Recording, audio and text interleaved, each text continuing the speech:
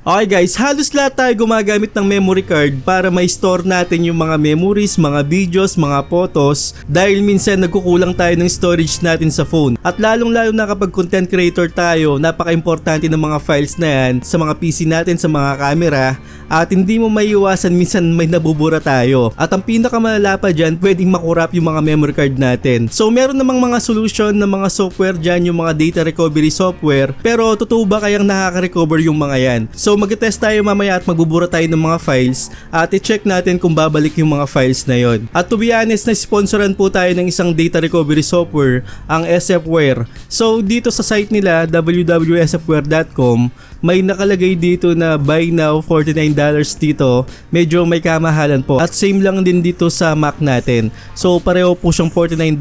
Kung i-convert natin nasa 2,500 o 2,700 mga ganun. May kamahalan po talaga. So i-check natin to kung nakaka-recover po talaga siya. At first time kung gagawin to na magbubura ako ng file sa SD card ko at titignan ko kung talagang na-recover po lahat. So dito dahil naka-Windows ako, yun, download now.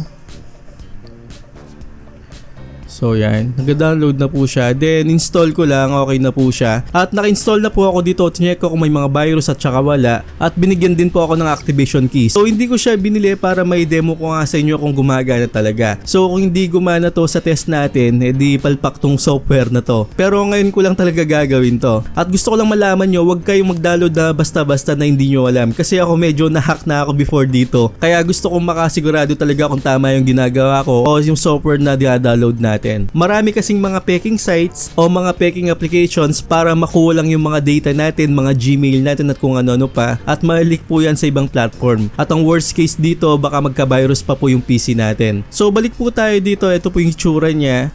Dito, ito yung SD card ko, tapos ito yung local disk natin, tapos isang local disk na drive D.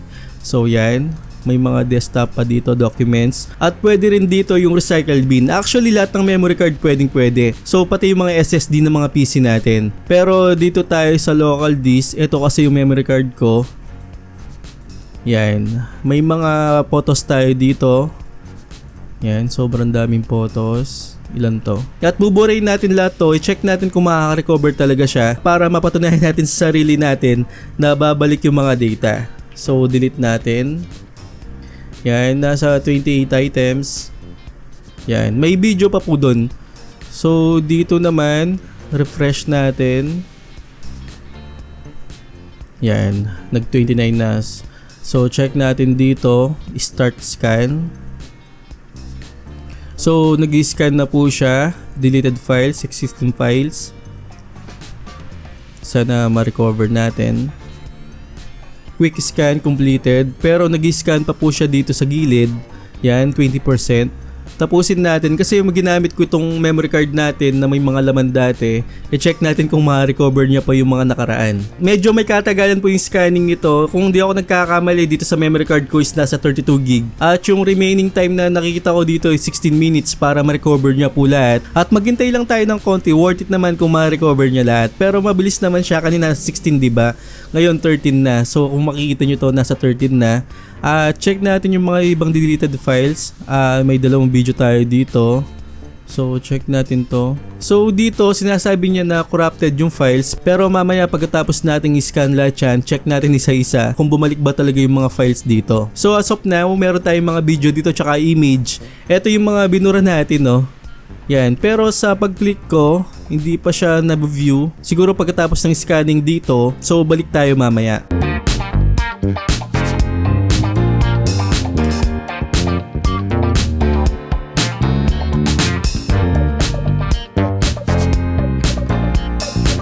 Yan, 99% na po. Bali, meron tayong 8 seconds. Ayun, tapos na pala, 8 seconds. At natapos siya, parang wala mang 16 minutes. Parang nasa 5 minutes, so mga ganun 4 minutes lang. Sobrang bilis niya. Dahil yung file size na na-recover natin is 1 gig lang.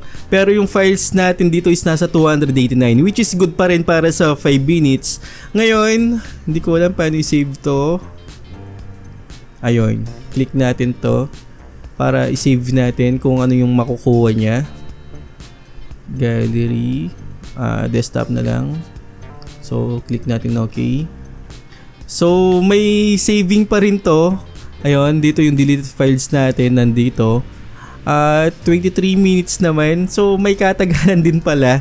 At para ma-recover niya talaga ng diretso. Hindi ko alam kung ba't ganito. Akala ko yun na yun. Pero check natin kung ma-recover niya po lahat. At maghintay tayo ng mga ilang minutes. Yan, 23 minutes daw. Nasa 1%. Balikan ko kayo kung ilang minutes talaga siya na-recover. Ayun, natapos nga yung recovery ng mga 26 minutes. At dito makikita natin na saving completely successfully. So parang mas matagal po yung pag-saving kaysa dun sa pag-recovery natin. At parang 5 minutes lang po yun, dito 26 minutes. Pero worth it naman po siya kung talagang na-recover niya yung mga files natin. Ngayon, check natin yung mga files natin dito. At dun kanina parang 28 files, diba? So ayun, na-recover niya nga po lahat. Check natin isa-isa.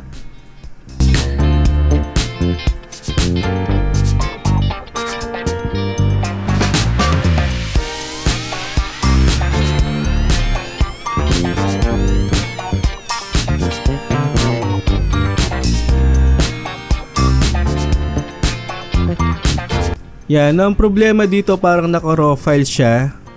Yan. Pero meron pa rin iba dito, the deep scan. Yan. Ito yung lost and found natin. JPG. Check natin. Ayun po, na-recover yung mga files natin dito. Ito yung mga binura natin kanina. Nasa folder po tayo ng Common 30 Pro 5G kanina. So, yan yung mga recover natin. At meron pang ibang files dito. Yan, mga MP4. Ito naman yung video natin na deleted. Yan. Na-recover niya po. Then dito naman. Ayun. Fully recovered po yung mga binurahan natin kanina. At dito naman BMP. Kasi nakasalpak po to sa ano natin. Dun sa scanner natin. Yan. Meron pa rin files dito. Yan. So ayun, na-recover niya po yung mga files natin at worth it namang maghintay kahit na may katagalan. Mas matagal po talaga yung pag-saving kaysa dun sa pag-recover natin. At balik tayo dito. Ito yung deleted files natin. Yung deep scan dito po natin makikita, pero yung deleted files parang naka-raw file siya. Hindi natin makikita yan, pero okay lang po yan. Dahil meron tayo dito sa deep scan na mga files dito. Yan, yung mga JPG natin. Yan. So dito naman sa desktop natin, yan, pwede rin natin scan yan kung may mga files tayong nabura dito. At ito naman yung mga SSD natin kung ano yung mga files din na pwede niyang i-recover. At ito nga yung SD card natin. So gumagana po ang SFware data recovery software na to. Check natin to, home.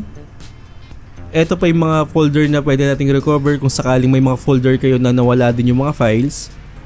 Then dito naman, may support din po siya. So check natin yung software nila. Meron tayong data recovery dito, hard drive recovery, yan full. So may katagalan din po yan. Photo recovery, video repair, Outlook repair, siguro to sa Gmail. Then ano pa yung mga sinusupport niya dito? Yan, deleted file recovery, mga photo, card, USB, pati USB pwede rin po. Lahat po ng mga card natin pwede. Mga USB card, SSD, at kung ano-ano pa. Meron din po siyang video repair dito. Yan. At marami po talaga. Yun nga lang, may kamahalan po talaga tong software na to. At ni-sponsor lang sa akin kasi hindi ko rin siya binili. At money back guarantee naman siya kung hindi na siya gumana. Pero sa akin gumana po. So highly recommended ko tong SFware data recovery na to. Talagang ma-recover yung mga files natin. So kita nyo naman po na na-recover po yung mga files na binura natin kanina. So yan, halos lahat na-recover niya po. At ilalagay ko na lang yung link sa description kung sa inyo ito mabibili. May kamahalan lang po talaga pero worth it naman po siya. So I hope na nakatulong ako sa inyo at huwag niyong kalimutan mag-subscribe sa channel ko at hit yung bell icon para sa mga ganitong unboxing reviews, bagong kalaman at katarantaduan sa channel na to. So once again, ako po si Paul.